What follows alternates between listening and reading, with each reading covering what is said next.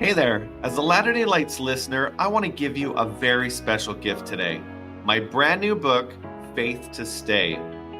This book is filled with inspiring stories, powerful discoveries, and even fresh insights to help strengthen your faith during the storms of life. So, if you're looking to be inspired, uplifted, and spiritually recharged, just visit faithtostay.com. Now, let's get back to the show. Hey everyone, I'm Scott Brandley. And I'm Alicia Coakley. Every member of the church has a story to share, one that can instill faith, invite growth, and inspire others. On today's episode, we're going to hear how one woman's pursuit in helping others with family history is showing her just how much God is involved in his own work. Welcome to Latter-day Lights.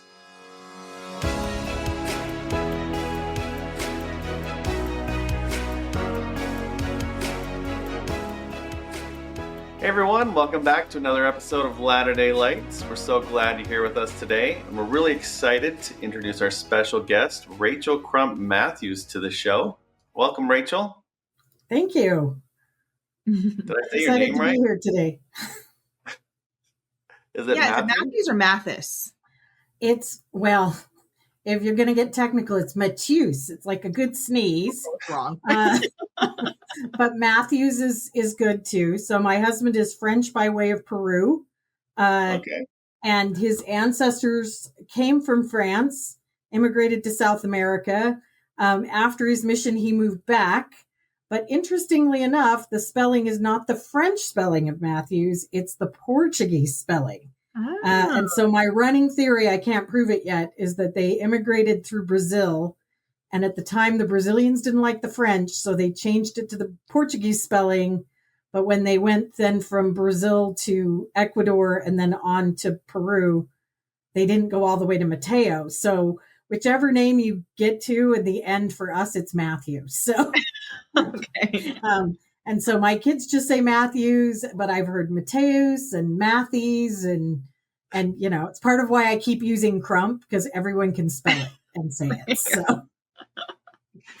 Isn't that so funny? And I mean, it's kind of perfect too, because we're going to be talking about like family history and stuff today. But I think it's funny. My maiden name is German, right? Predominantly German, and it's spelled Schuchard at some point. So I pronounce it Schuhard. My brother pronounced it Schuchard.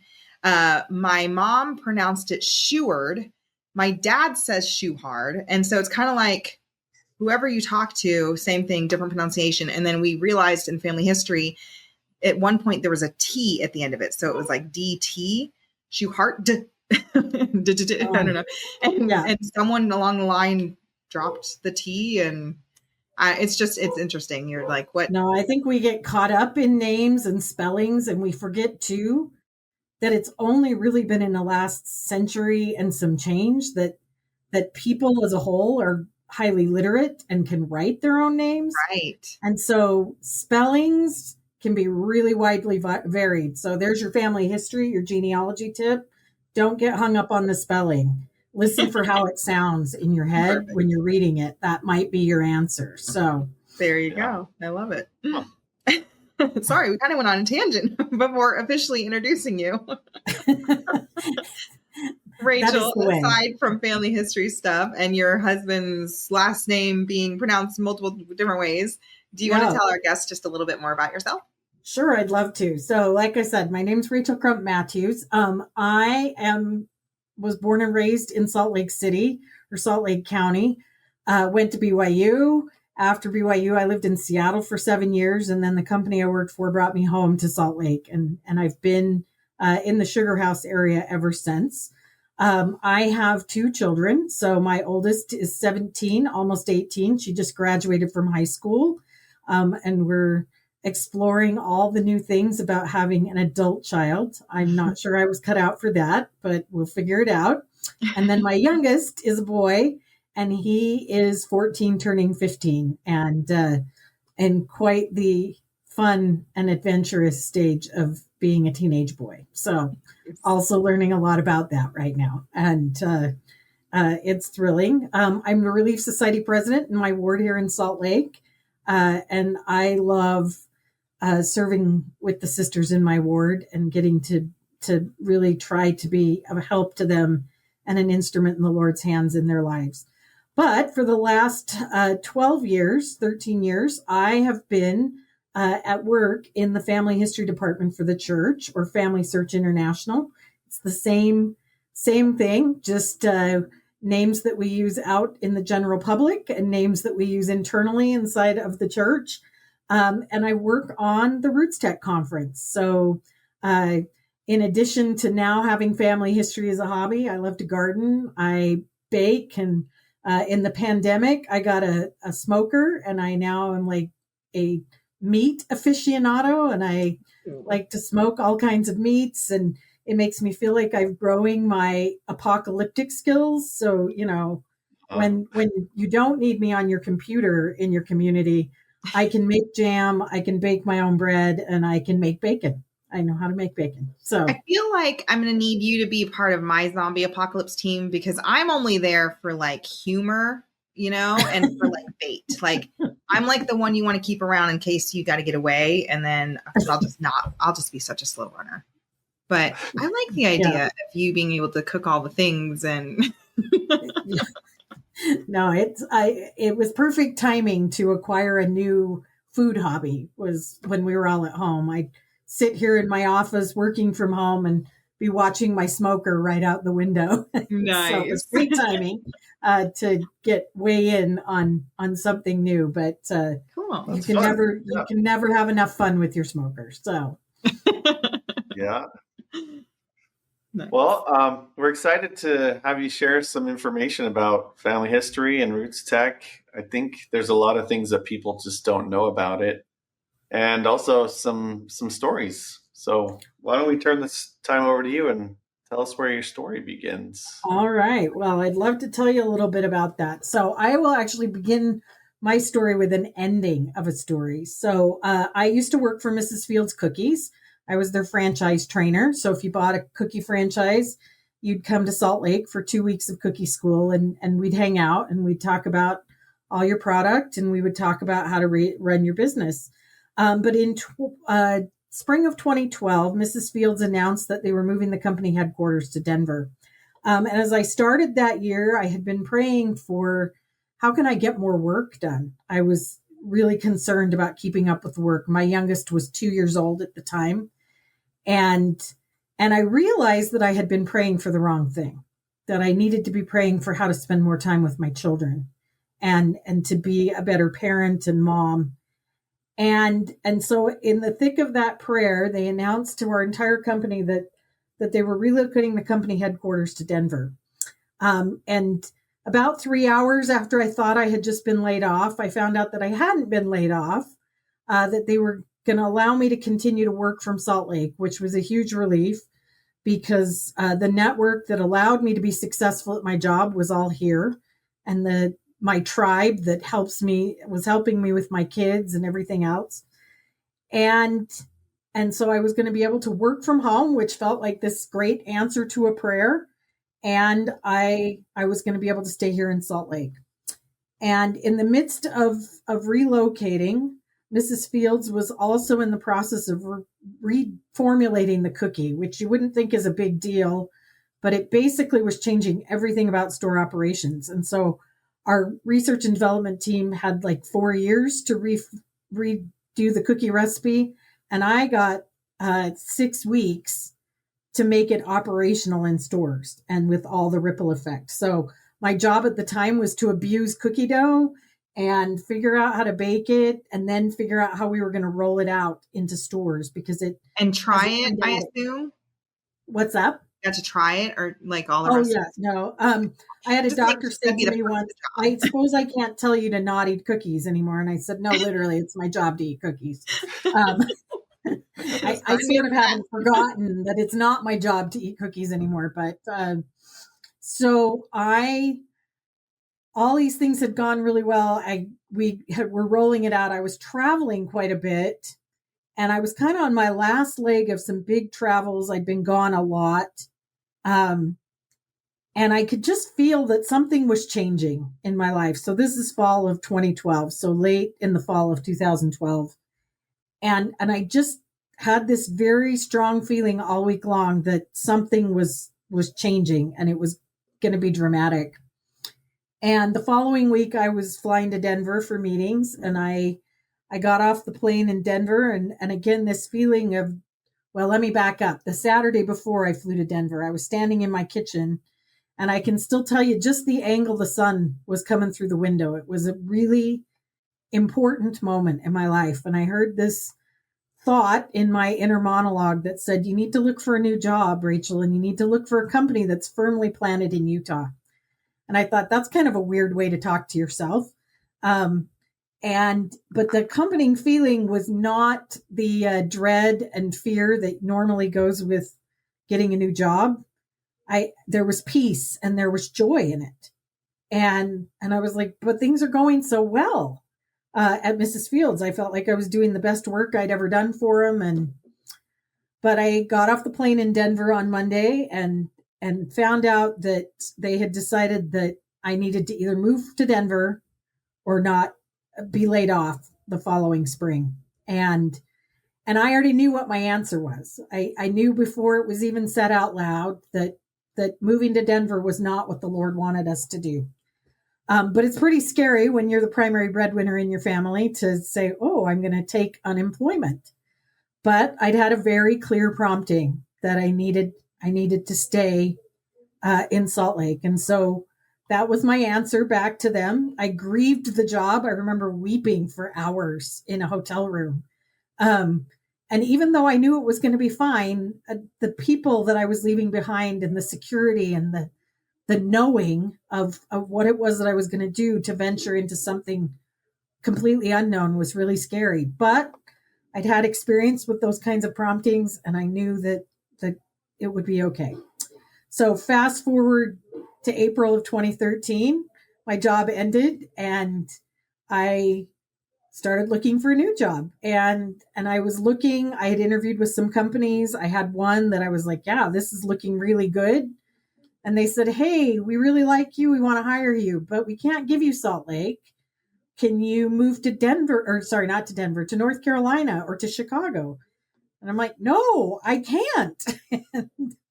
And my husband's like, are you sure? Because I'd be okay with us moving. And I'm like, nope. The answer is that we need to stay here. And a few weeks later, a colleague of mine that I had known in my Mrs. Fields years called and said, hey, we've got a temporary position on my team working on RootsTech. And I didn't know what that was. Maybe some of you still don't know what that is, but RootsTech is a family history conference sponsored by Family Search, but it's an industry conference. And so all of the major players come to the conference and are part of it in the genealogy industry. And they said, hey, we just need someone for 6 months. And I thought, well, this pays better than unemployment while I continue to look for what the right move is. And I think within a few hours of starting, I was like, oh, I really want to stay here because it just felt like I had come home. And so I started working on that. And a few weeks later, a few weeks into it, the company that had offered me a job in out of state announced that they were laying off a whole bunch of people in that position that I had been interviewing for. And I thought, there's why. Here's why I needed to know that I needed to stay right in where I was, because I would have taken that position and I would have been the bottom of the food chain, and I wouldn't have been able financially to just come back home. And so it was this tremendous blessing, and one of those moments where you're like, oh, I get to see the immediate rewards of following through on a prompting. But I didn't know then how many more immediate blessings were going to flow.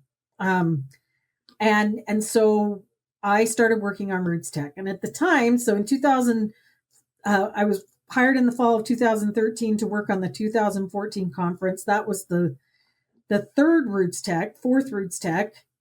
And it had started as an opportunity to bring together genealogists and technologists and the people that were developing technology for family history, to get them in a room with the people who were doing family history and get them to talk to each other. And that first year they planned the conference in like 6 weeks, and 2,000 people came, and they were super excited about what had happened there and this synergy that was starting to happen. And so they decided to do it again a year later, and they spent a little more time planning at that time, and they doubled in size. And then in 2013, they almost doubled in size again. And so they just kind of kept growing, and they were trying to figure out what was happening. And that's kind of where I came on the scene. So that very first year that I came to work on RootsTech, one of the first things that I found out was that they had never gotten a keynote speaker that wasn't a genealogist before that. And that year we asked Ree Drummond, the pioneer woman, to come and keynote speak at RootsTech. And Stephanie Nielsen, who had that fantastic story of recovering from that plane crash, came and was a keynote speaker at RootsTech. And Dr. Spencer Wells from the National Geographic Channel, and he's talking about human migration. But I remember I was answering emails from people attending RootsTech that year, and I was still hearing from people who were saying things like, why do I have to use a computer to do genealogy? And you think, oh gosh, I can't even imagine not doing it on a computer today.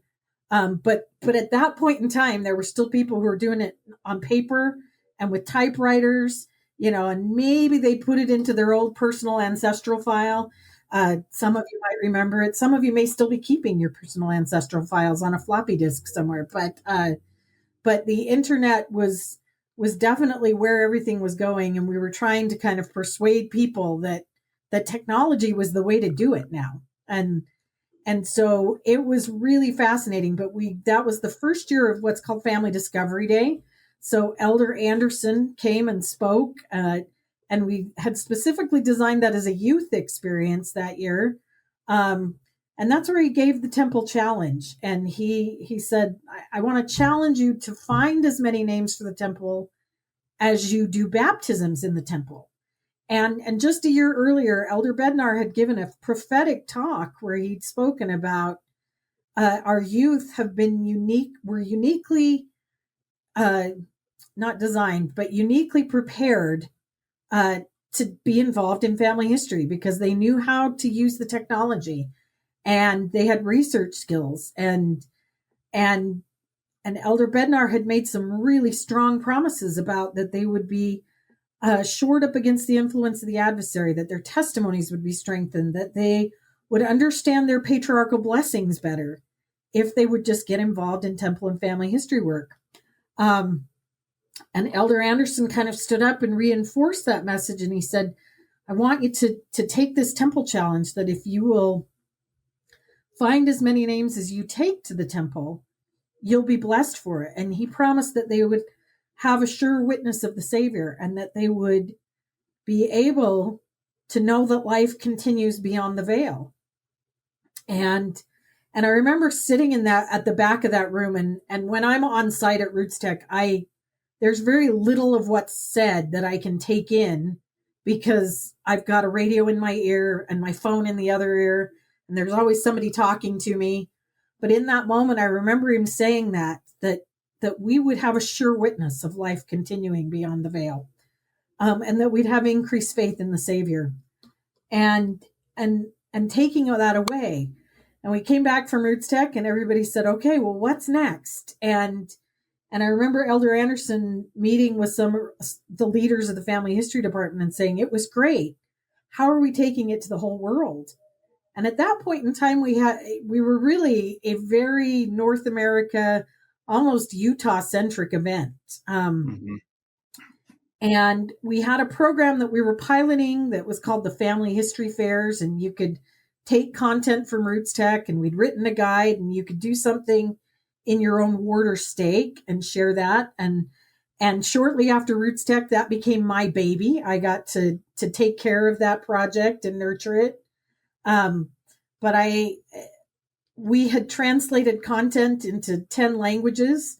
I'm not sure that the Ancestry.com class about British research in Chinese was super helpful to people in China, but it taught us a lot about how to approach the world with family history.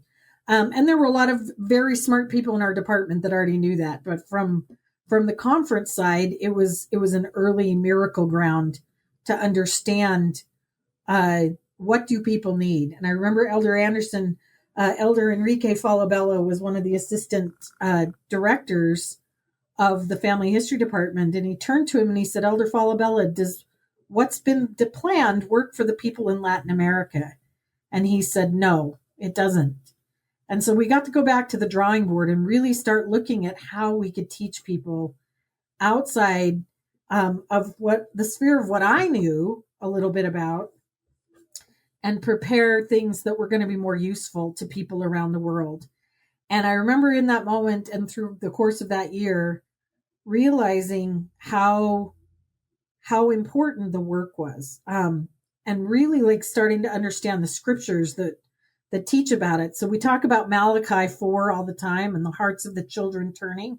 But if you look at it all through the Doctrine and Covenants, the Lord references those verses.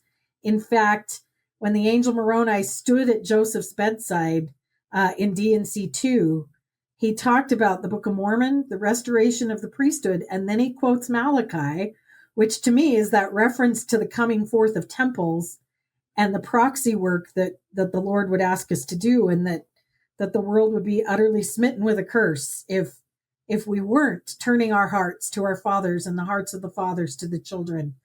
But I came to really understand what that meant from a doctrinal standpoint, but I had not done any family history. My patriarchal blessing actually talks extensively about it. The patriarch had all but said amen when he reopened my blessing and said, the books will be open to you, Rachel. You'll get involved in the work. And I didn't ever think much about it because I felt like there were lots of genealogists in my family and a very full family tree. But there was more work to be done, and there was more work for me to do. And a couple of years into my time in the family history department working on RootsTech, a colleague of mine said, it's time for you to learn, Rachel. And he started teaching me how to do family history and how to find names and prepare them for the temple. And I don't know that I've ever had a moment so full of joy. And maybe it was just putting down the guilt of I'm not doing family history, but I remember the first names that I got to add to the family tree that we all share. And coming off of that experience and wanting to call my own family and teach other people how to do it. And then I realized that was my opportunity in what I was doing every day, because at its core, RootsTech is an opportunity to learn more about family history, to keep going on something you already know, or to get started on that process. And we have content for everyone. But RootsTech just continued to grow. We got to be about 20,000 people on average in the Salt Palace. In 2019, we had another global learning opportunity when on the prompting of leadership in the family history department, we decided to hold RootsTech London. So if you can think back to what were you doing in the fall of 2019, nowhere in your mindset was the coming COVID-19 virus, but we did a second RootsTech in that year in London. And I remember being on site at that event, and the local members had come. They were helping staff the conference, and they were so awesome. Like, they just were on fire, and people were so drawn to what was going on. Just a funny story. We shared the building at RootsTech in London with Comic-Con in London that weekend. And it was wild because we had one end of the building and they had the other. And there was a barricade wall between the two events. And we didn't care. We're like, anybody can come through our side. But Comic-Con, they wanted to make sure everybody had their tickets and they were in the right places. And so as they were getting off of the tube at the end of the building where we were at, because the lines were shorter, people were coming through in costumes that I'll never be able to unsee in my life. As they were coming into Comic-Con and embracing these stories and these characters, and we knew they were going to be coming through our side. So we put up pedigree charts for the Star Wars, the whole Skywalker family tree was up, and the Simpsons family tree, and I'm trying to think some of the other fun ones. There was a Harry Potter family tree, and we had those up on giant posters as they were walking through. And of course, they were delighted by it. And we all wore these t-shirts. They were bright blue, and they said on them, "Ask me anything." So they're stopping us and asking questions about Comic-Con. We're like, "Oh, well, you want the other side, but let me take you down there." And we were talking to them and engaging with these people. Well, they wanted to come downstairs. They wanted to come to our expo hall. And we're like, "Great, let them come." But security in London is a lot tighter than what you see it in Salt Lake. And so the security people just kept saying, "Oh no, this is not for you. You need to go that way." And they just really wanted in. And I was like, what would make someone coming for Comic-Con want to come and be part of a genealogy conference? I mean, Right. this doesn't seem like they go together.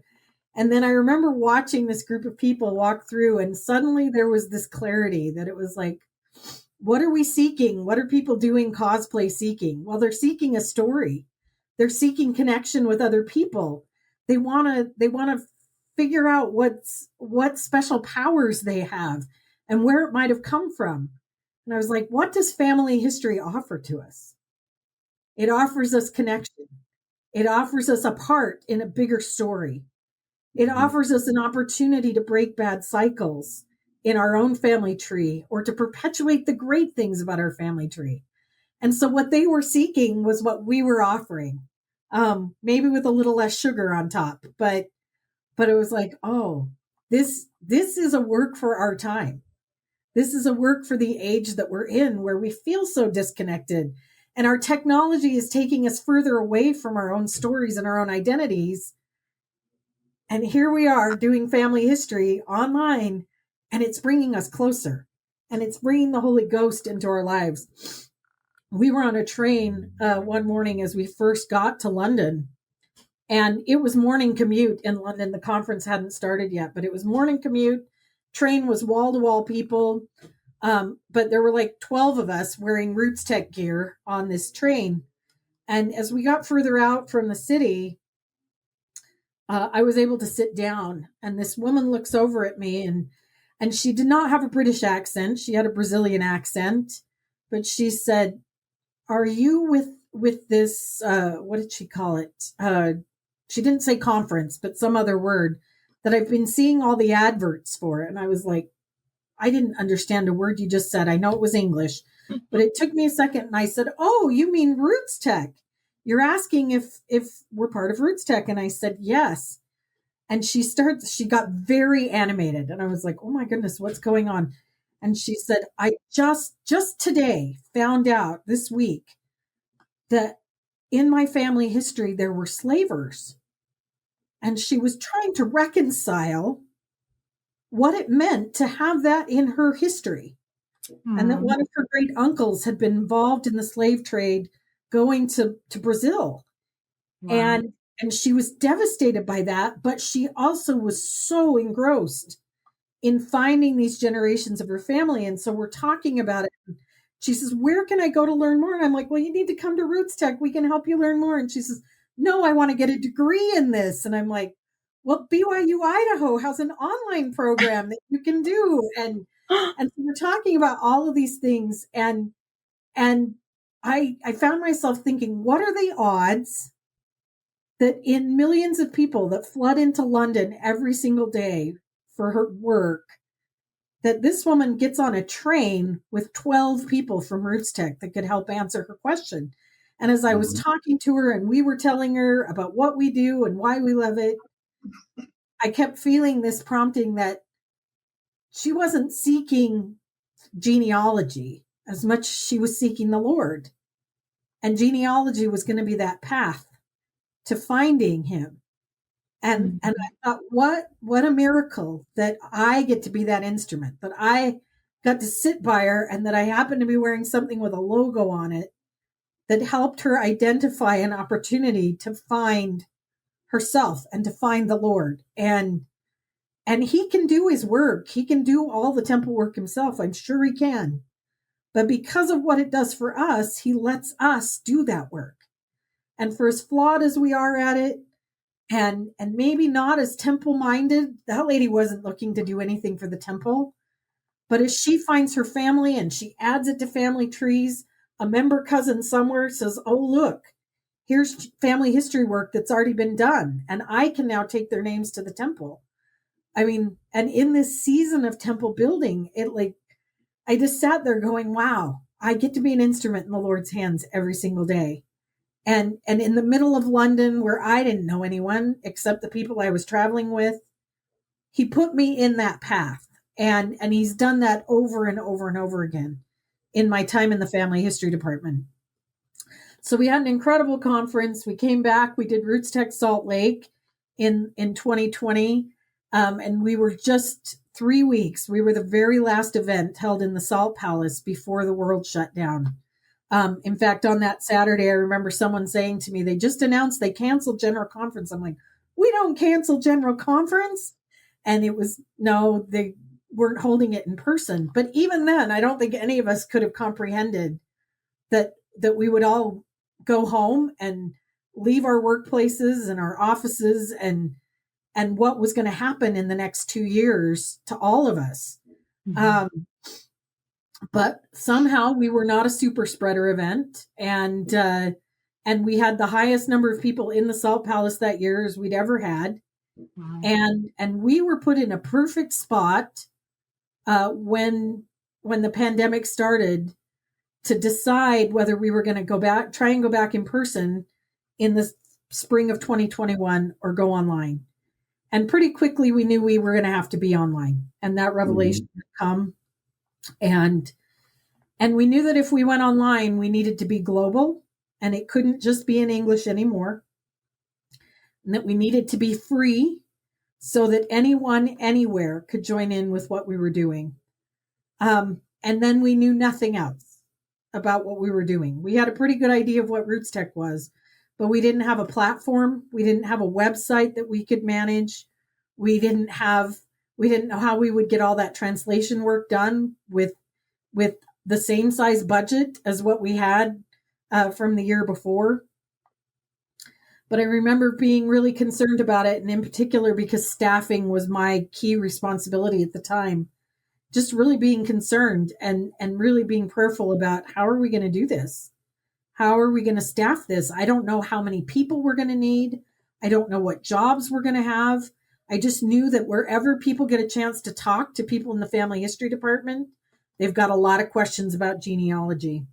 And I remember very clearly in June of that year, the Lord being very comforting and saying, Rachel, you do everything you can do. You bring your 5 loaves and your small fishes, and I will take care of the rest.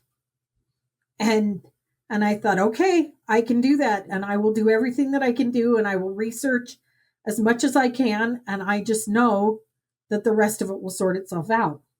One of the key things we were doing at the time was looking for a platform that we could put our content out on and could function in languages and wasn't going to cost our entire year's budget. And we were just a few days away from signing a contract with a company that for every person that joined us, it was going to cost us $1, which doesn't seem like a lot until you get a lot of people on. Right.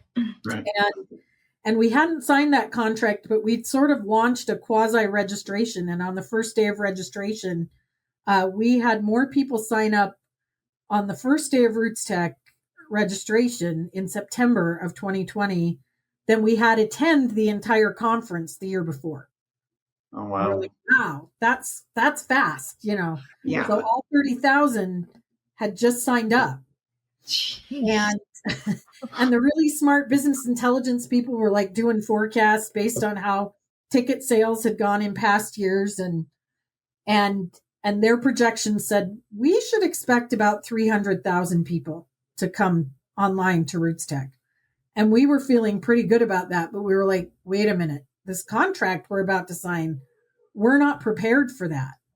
Yeah. So we started talking. And at the time, Elder Bednar was the head of the Temple and Family History Executive Council.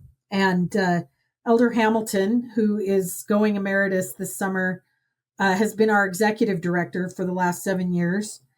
And he went in and was reporting back to Elder Bednar and Elder Renland. And he said, this is what we think is going to happen. And Elder Elder Bednar went off mute in their meeting, and he said, I think that's wonderful. I think that you need to be thinking about 1 million people.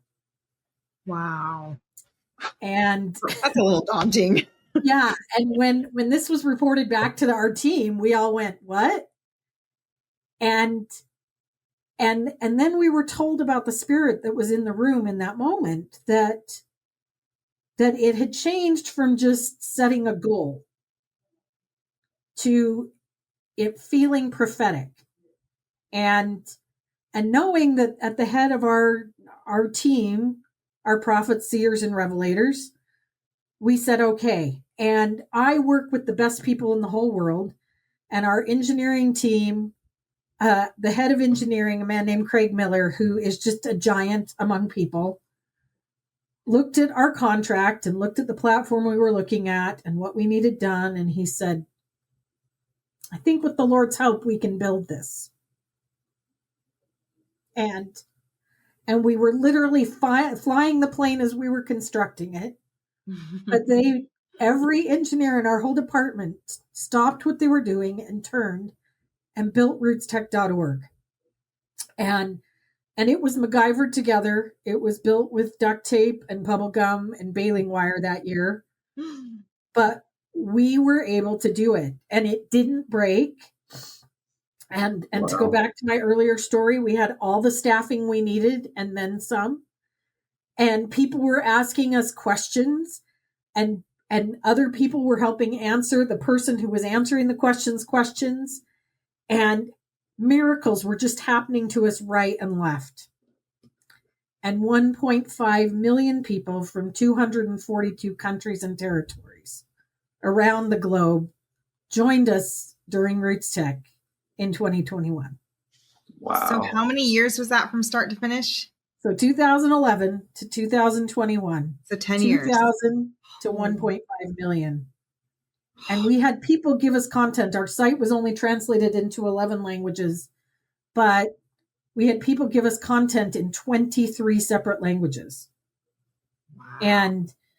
And like they were coming out of the woodwork with, here, I can help you teach in, I'm trying to think some of the unusual languages. One of them was, it's a South American language, and I can't remember the name of it right now, but like languages I'd never heard of before.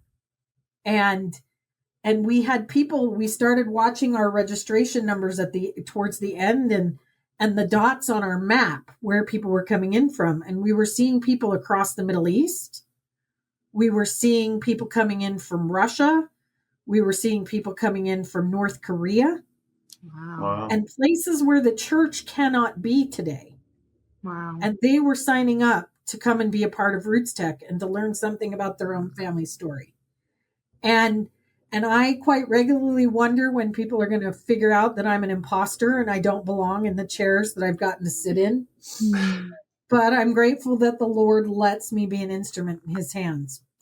So we did 2 years online, and we've continued to grow. So this year we had over 10 million join us from, again, 243 countries and territories. There aren't very many left that we don't have a pin on the map. We used to fight to get all 50 states. There was always somebody from one state that was missing. 1 year it was Connecticut. 1 year it was West Virginia. We seem to get all 50 states now without any trouble. But literally like everywhere on the map, and people are joining us, and it is just incredible. In 2023, we went back to being in person too. And I think the biggest joy of that year, for our attendees, I think it was to be back in person. But for us as the family history department, it was the first time we got to all be together in one room again, after 3 years of being distributed and separated. And it was like the best family reunion you've ever been to watch us find each other again and reconnect. And it just, this joy that just comes with this work. But we've seen incredible growth in the time that I've been here.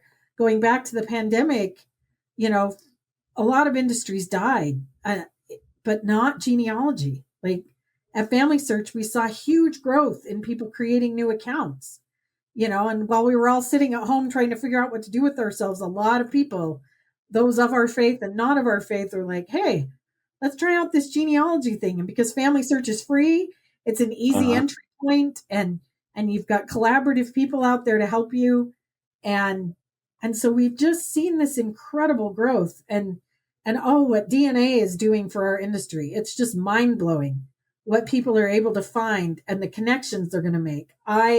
This is my own personal opinion. It's not anybody, nobody has said this directly, but I really believe, for those who come from diasporas that are impossible to trace your culture back, in particular African Americans, that they can't find their way back to the continent through records.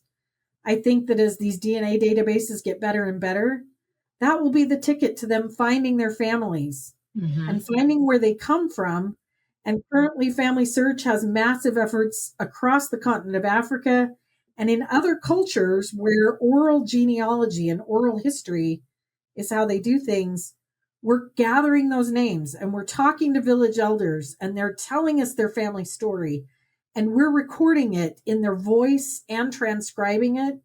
And someday somebody will say, okay, I'm from this village in Africa, and they'll be able to go to Family Search and find that village and hopefully connect to that family line that's been lost for so many generations. In fact, in 2017, I got to go to Africa for the department, and we went out into villages and I watched this oral genealogy happening.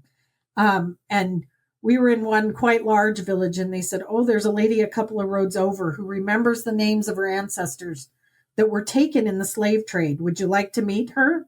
I'm sure you can imagine our response was, yes, please. And we got to sit with this woman as she, in her tribal language that we couldn't understand, recounted the names of her ancestors and people whose names were lost. Their history was lost in those unspeakable things, and yet they're still remembered. And now those names are preserved, and hopefully somebody in their posterity will be able to make that connection and perform their ordinance work. It was in the Accra, Ghana temple that I really understood the scriptures in Ezekiel 47 that talk about the waters flowing forth from the temple and how they bring healing and they bring life. And I've never stood in a room that was completely empty, because it was Monday and they were cleaning the temple. It was completely empty, and yet it was full. The baptistry was full of people who were waiting for their posterity to come and to perform that ordinance work. And it's the most magnificent season to be a part of that work and to be helping the Lord do what he needs doing, and knowing that I get way more blessings from it than what I ever put into it. So that was a lot of talking. So nowadays, do you do the live version and online at the same time? Is it kind of combined? Yes, we do. And it's challenging, because the audience in front of you is easier to remember than the ones online. But the ones online, there's so many more of them. And so we just, we take our engineering team, and even though we're all sitting on computers, including me, we're in the Salt Palace. So we get to see the people in front of us. But we're up all night fixing problems and things. It's just amazing. I mean, we published 1,500 new pieces of content in 3 days in March of this year. And we have incredible partners in the church's publishing department that help make that happen. And people who bring their talents, like they just, it's amazing what they learn, what they teach, the languages that they do it in, and how it can be just the thing that somebody else needs. And every time we get to hear a story of somebody breaking down a longtime brick wall or starting their family tree from scratch and putting in what they know, it's just amazing, and we can all add what we know. Like, even if your tree is full, you can add a photo and a story that brings that to life for your kids or your grandkids. You think about someone that you love that's passed on and what you wouldn't give to hear their voice again. Well, somebody's going to feel that way about you someday. So add what you know, and you can put it in the tree. And you can always take a family name from the family search app when you hit that ordinance is ready button. And it will get you a family name that you can take to the temple every time and feel those blessings that come from being there for your own family and perpetuating that. I listen way better in the temple when I know it's for one of my own relatives than just a name off the desk. So I get way more out of the experience when I'm there that way too. So yeah. Wow. It's kind of turned into more than just record keeping. It's a lot more personal. I know that you can add stories and pictures and different types of files and things. So it's almost like a keepsake. Yeah. A way to like record and store someone's legacy in a digital version that people can refer to in the future. Yeah. And you can keep, like, I know people who are curating their own family search person page so that when they pass away, the photos that were important to them are there and the stories that they want their family to remember about them. Like, you can do all of that very privately. You don't have to share it with anyone until after you're gone. But it's there. I had a sister in my ward a few years ago who she knew she was dying. She'd had a really, really colorful life. And I remember her handing me her personal history and saying, I want you to scan this and I want you to put it on the family tree on my page. And I said, okay. And I started going through it. And the stories that she was preserving about herself, I was shocked by. They were things I thought only happened in TV movies. And I thought, is this really what she wants saved? And then the spirit chastened me a little bit and said, yes, she wants her family to break these cycles. And she wants them to have a chance to know what she overcame and that she had been to the temple and that she had recovered. And I was so grateful to get to help her with that and to see that from a totally different angle. But it's really a powerful tool too when you're grieving. Both my paternal grandparents have passed away in the time that I've worked in the family history department. And as my family was grieving, as my children were grieving, my cousins were grieving, we started putting our pictures up. And I saw pictures that I had seen in my grandparents' house, but I started seeing pictures I'd never seen before and pictures from my childhood that my aunts and uncles had taken, but I had never seen, because you remember the old days when we did film and they got developed. And but as we were scanning those photos and putting them up, it brought such peace and comfort to see that we were all together grieving and that we were all feeling my grandparents, that closeness to their story, and how very thin the veil is. I'm pretty sure my grandma was also trying to curate which photos went up. Some of the ones I know she didn't like, I have not seen yet. So that would be me. Like, don't share that one. Not that one. Not that one. In fact, my mom's mom, I have one on that I put on that it is so her. Like, she was the one always behind the camera, not in front of it. And a lot of that was because she really didn't like having her picture taken. But as she's standing there, somebody took a picture of her with their camera in her hand. And it is not a flattering photo of her. And I know she would hate that picture, but it just speaks volumes of who she was to me. And I can hear her in my mind saying, oh, Rachel, you character, what are you doing with that? And because that was something she'd say all the time. And and my kids didn't get to know her, but I can share that little bit of family search with them. And I can share that history of who we are, and we can take it back. And we can go back generation after generation. And it's funny because maybe your kids have said this too, but my children believe that anything that happened before the internet included dinosaurs. And I'm like, no, there were no dinosaurs in the 80s. But but as I think about the things that I have lived with, and what the world was like for me as a kid versus today, and it seems pretty ordinary to me, like things I've even forgotten that we did, right? Turning the dial on our TV.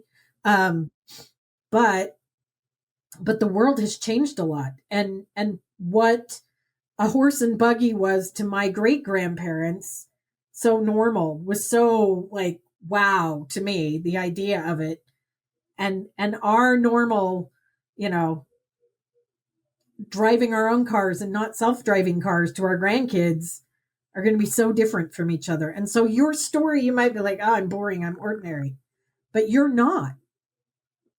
And your history and your day-to-day is inspiring to people in generations yet to come.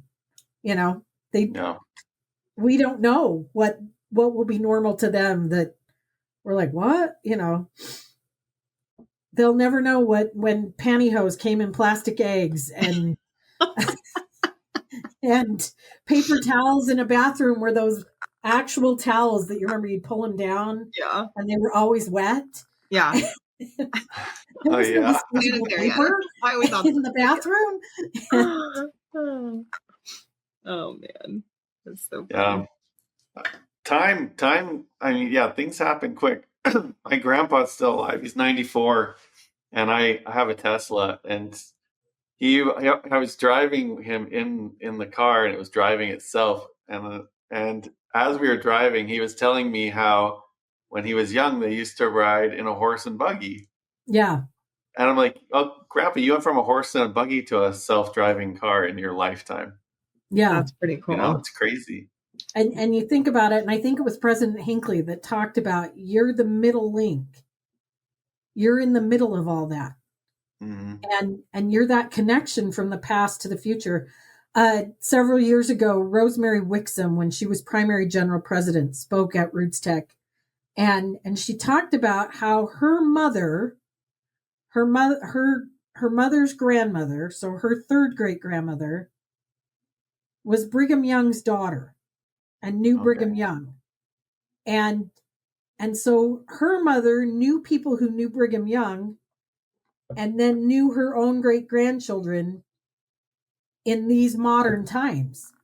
And you think, oh, that Brigham Young, that was so long ago. And yet there's this connection, this binding link between these generations. And we are that link today. We are those people. And what do we owe future generations? Well, we owe them a story.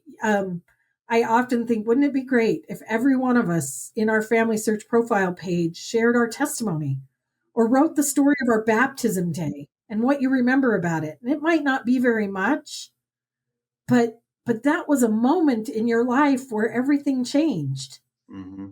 And if you've got pioneer ancestors or not so pioneer ancestors, somewhere in your tree is someone who chose God, and you look at that person and say, they changed the trajectory of our whole family. Right. Yeah. And they changed our history. But you're also someone changing the history of your family and changing that story. And it might be that you were the first one to go to college, or you're the first one to get a self-driving car, or, but you're changing that narrative. You're changing the course of your family story, and you deserve to be remembered too. Mm-hmm. And your stories will be important to generations that nobody knows. Yeah. Love that.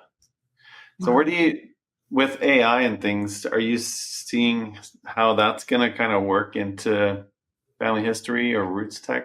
Oh, yeah. Well, we already are. We've joked about all the people who were just couldn't get enough DNA classes a few years ago are now torn between, do I go to the AI class or the DNA class at RootsTech? We already are. So one of the amazing things, so when I started working in the family history department, we've been gathering records for 156 years, if I've got the numbers right. Someone in my department will correct me, and I probably got this wrong.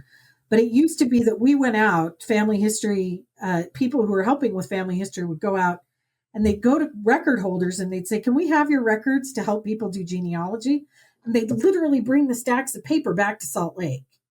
Wow. And then in like the 1920s, microfilm was invented. And we look at that and think that's pretty old technology. But in the moment, it was revolutionary. Mhm. And so we started microfilming records. And instead of taking people's records, we took pictures of them and we brought them back to Salt Lake and we kept master copies of that microfilm. And then we'd make copies of it and send it all over the world to help people. And then digital photography came and we started digitizing the records in the collection. But we also were still out digitizing records within, archives and churches and all over the world. Well, I'm trying to remember what year, I think it was 2018 maybe. We finally finished digitizing the collection that was already here in Salt Lake City and converting all that microfilm to digital images. But we continue, but none of it has been, not none of it, I should back up. Much of our collection had not been indexed yet, which meant you couldn't go online and search for it. Mhm. And when I started working in the department, I think I remember hearing an estimate that there was 30 lifetimes at our current rate of indexing before we would have the collection we had right in that moment indexed, and putting metadata on it. And that's what it is, and if you've ever indexed, thank you. Thanks for helping somebody find a family name and being able to search for it online. But because of that, we started working with other industry people and they were helping us index and we're like, okay, this is going to speed the work up. But it was still a lot of lifetimes at our current pace. And then came AI. And we've been using for about the last 10 years, we've been developing what we call computer assisted indexing. And just to give you context, when the 1940 US Census came out, it was the fastest indexing project of that size that had ever been done. And I think they got the whole thing done in 6 months. When the 1950 census launched with computer assisted indexing, it was done in 6 hours. Holy cow. Wow. And then we got to just review names and make sure that the computer had gotten it right. And that's just the tip of the iceberg. I mean, there are people out there developing, tree models that figure out, okay, if this, then this. And they look across sites and across records and they're using it to help develop family trees. Now, we still need to be involved in the work. I think, in fact, I know it was President Eyring. He says, we don't know what marvels the Lord's going to inspire to assist in this work, but we do know that it will still require the Spirit working in people like you and me. And so I still see that need every single day, and it's amazing what can happen. But even 5 years ago, I didn't know enough about AI to think that it was going to be that powerful. Mm-hmm. But what it's doing and what it's helping people to learn and to do quickly, it's just amazing. And, and the Lord says, I'll hasten my work in my time. I have no doubt that he will hasten with AI. We just have to keep up with it. So it's pretty incredible what's out there and what's happening. And we're just on the cusp. It's really only just beginning. Wow. That's so cool. So tell me, what do you think, I guess, I'm sure you guys have a bunch of ideas of what you'd like to have happen with RootsTech in the future, right? Like what type of new technology might you like to have, or what type of problem are you still trying to look for a solution on? Oh, well, I mean, I think one of the key things is knowing that we've got the right content for the people that we're serving. Because your family history journey is so unique to you. And I've talked to people all over the church that they're like, oh, I've taken all these family history classes. We used to do them in Sunday school, remember? And I've taken them and I still don't know what to do. I don't know where to begin. And part of the issue is that every one of us has a unique starting point where we're at. And fortunately, through the Holy Ghost, you can find that beginning spot. But as an enabler of that, as someone, one of the few that spends my whole life trying to help other people be able to do their family history, I'm always looking for, do we have the right thing? Do we have just what you need, Alicia, to keep going? And, and what Scott needs, because your trees are different. And cookies would help me. Cookies would help me. Cookies would help. You should Okay, just good make to that know. connection. I will say this: anytime I help somebody with their family tree, I always have to end with a treat, because because God wants us to be happy in all things, and when we've done His work, we've earned a treat. When the saints meet, we always eat, right? Yeah. I'm all for that. I love that logic. So, anytime we've got a missionary going out in my ward or whatever, if they need help getting that part of their, I'm like, come on over, I'll help you, and then we'll have a cookie. But yeah, I mean, it's just, there's so much to just wanting to make sure we've got the right things for everybody, that it's accessible and meaningful to you. Because I think a lot of people are like, oh, it's so boring. And for some people it is. It turns out I'm one of those people that was born to do it. Like, I get really excited about, oh, look, I remember this from my high school history class and it's helping me and all this stuff. But the other thing is just that we keep it simple for people. And one of the main things that we work on, in fact, it's one of our quality standards in the family history department, is always, am I making it easier for you, even if it's harder for me? And I love it, because I love being able to say to somebody, hey, we're going to simplify this journey for you, and we're going to make it better, and we're going to make it easier for you to act in doctrine and to receive those blessings. Because I started this by quoting a whole bunch of apostles and blessings that they've promised. There's way more promised blessings for this. And I have felt every one of them in my life. I thought, oh, this is nice. I'll one or two of these will come my way. Every single promised blessing that has been uttered out of the mouths of prophets about what happens when we get involved in temple and family history work, I have felt it in my life. And it just makes things so much better. And the Holy Ghost is there. I mean, He will guide you through all of it. I remember hearing President Eyring give a talk where he talked about his dad being in Australia and wanting to go to church, but he didn't know how to get there. And how he walked out on the street and the Spirit said, turn left, turn right, walk straight ahead. And he ended up at the church. And as I've done genealogy, I've been in the tree and I hear the Holy Ghost say, change the spelling of the name, do this, do that, modify. And suddenly I'm at just the right person. And the one that I know has been waiting for their opportunity to be found and to have their temple work done. And that deep relationship with the Holy Ghost has empowered every aspect of my life.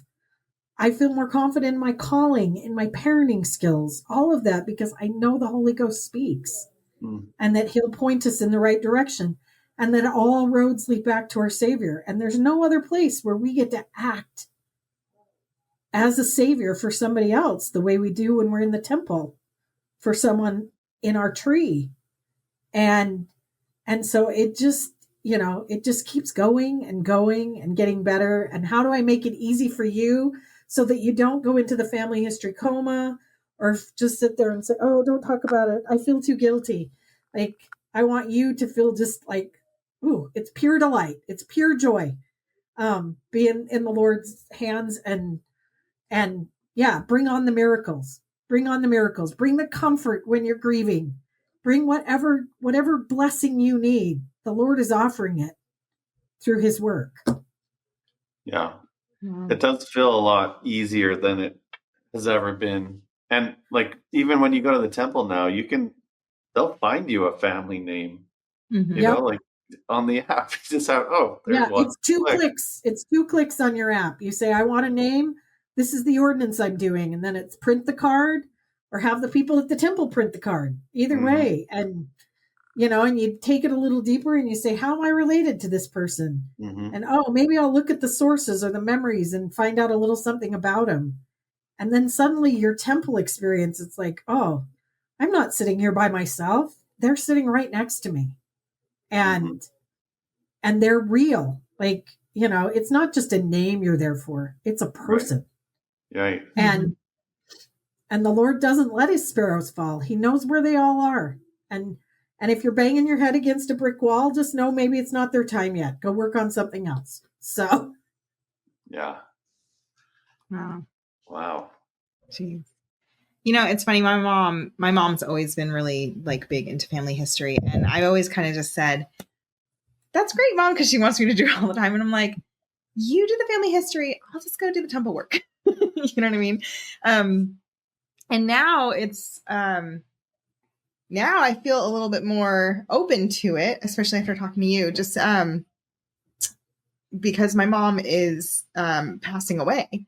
And so we're getting ready to go tomorrow. Actually, we're going to, when this airs, it will have been last week, but we're going to Georgia to go have my kids say goodbye and everything like that. And when we were speaking earlier about,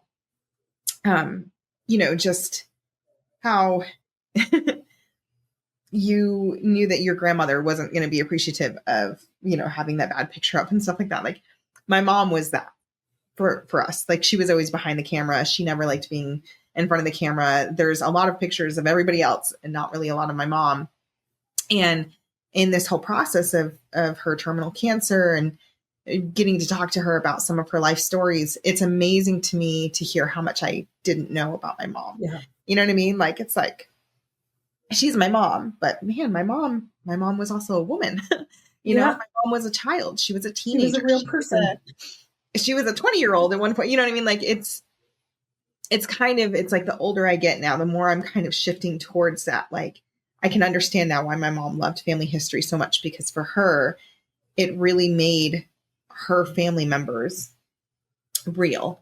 And I think that, as we move forward with this tough transition, it's almost like one of those, maybe I can still honor my mom by kind of taking over something that she loved. And maybe that will also help me to feel that connection. Oh, you will. Her, You will. So. And she will be with you. I'll tell you, my grandparents have a way of making themselves known on a regular basis. I'll wake up some days with just this absolutely urgent feeling. You got to get to the tree today, Rachel. And I don't always know why I'm going. But I start with a prayer and I say, okay, point me to where I'm supposed to be. And without fail, every time it's on my grandparents' lines. Huh. And I find things and I add names and I know when I'm done. And I've done what I'm there to do. And then they come. Mm-hmm. And they sit beside me for a second. And I don't see them. I know this sounds a little crazy. But they're there. And they sit in the room with me. And I know what they feel like in a room. I was 40 some odd years old when they passed away. And so I know what it feels like to be in their presence. And they come. And they speak. Mm-hmm. The things that need to be said. And I know that they are diligently doing missionary work. And they are adamant that the people they're teaching get baptized. And because I'm listening, they let me help them. Mm-hmm. And then I get to be with them again. And so that promise that knowing that life continues beyond the veil, there's no sorrow in their passing. There's sadness, but there's no sorrow because they are still very much involved. And it just, like, I look forward to those moments now. I'm like, okay, it's been a while since we talked. Will you come? And the Lord puts them on the errands they need to be doing, and they'll get it done through their family. And I just get to reap the blessings. And yes, that connection with your mom, and she won't stop being her on the other side. She's still going to be out there going, all right, I need your help. Get this done, because she knows that she can count on you. Thanks. Sorry, I'm just a mess. Oh man, Rachel, I'm all red. I think this is timely. And If you had a final message you'd like to share with people that are watching this, what would that be, Rachel? Oh, it would be seek the Lord. What does he want you to do in the work? And then be that instrument in his hands, because he will work miracles. And he will work miracles for others through you. And there's no greater blessing than that. And being that person that gets to help him do what he needs done. And I know he could do it without me, but he lets me help, and he'll let you help too. He'll help you. Go ask for help from your neighbor, your friend, the consultant in your ward. They'll help too, but we get to be that person. And through the Spirit, he'll help you to do what you need to do. Yeah. I love that. And I love that. I don't know. I was just thinking this, but I was like, the Lord has really made it possible, especially through what RootsTech is doing, and like Family Search and all that. Anybody, member or not, and no matter where your level of membership might be or your level of your testimony might be at the moment, there's something for everyone to do, right? You could be taking the names to the temple and doing the work, or you could be finding the names, or you could be finding the stories associated with the names. Yeah. Or you could be working on the tech end or translating something for someone, or, you know what I mean? Like there's just, or just like submitting information. You can help verify names and records. Yeah. And the blessings will all be there. Yeah, exactly. So it's been pretty enlightening. Like I said, I just, being younger and stuff, I just never really could get into it. And I really appreciate you coming on today and just sharing your story and your thoughts and everything like that. And most importantly, just for you being in a place where you have the Spirit with you so strong that I could feel that Spirit, and I could feel my testimony growing more about Family Search and history and all the things that, I'm sure the Lord is like, come on, Alicia, do something. So I really appreciate you coming on today. He loves effort. So no, it's a pleasure. Yeah, I agree with Alicia.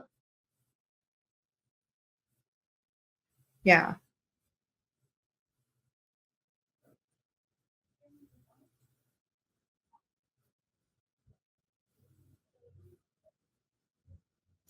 Yeah, for sure.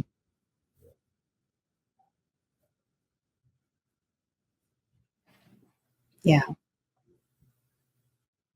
Yeah. I agree. Awesome. Well, Miss Rachel, we really appreciate you coming on today and sharing your story and your knowledge and your testimony and everything like that. If anyone is interested in getting involved in RootsTech, where should we point them? So I would start with rootstech.org. There's classes all over our library. We do a live webinar every Thursday on a different topic throughout the year. But you can join us on rootstech.org anytime. If you've got questions about it or what's coming up next, you can email us at info@rootstech.org. Or go talk to your consultant in your ward. Talk to someone who does family history and say, hey, I want to get started. Will you help me? It's always better with a friend.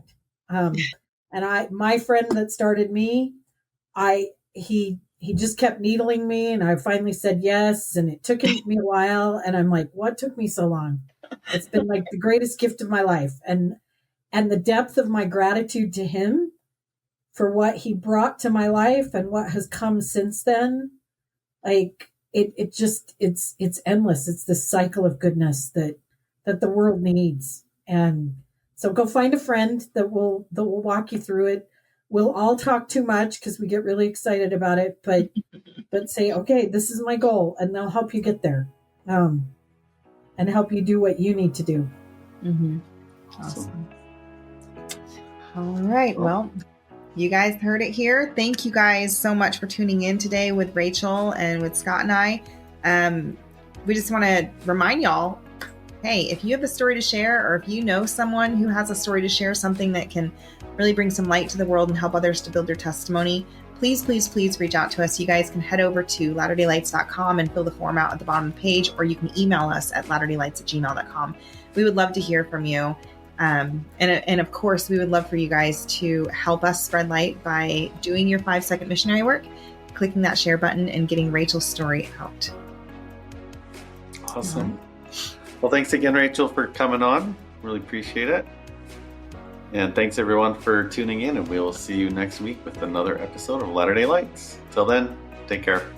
Bye-bye. Very nice.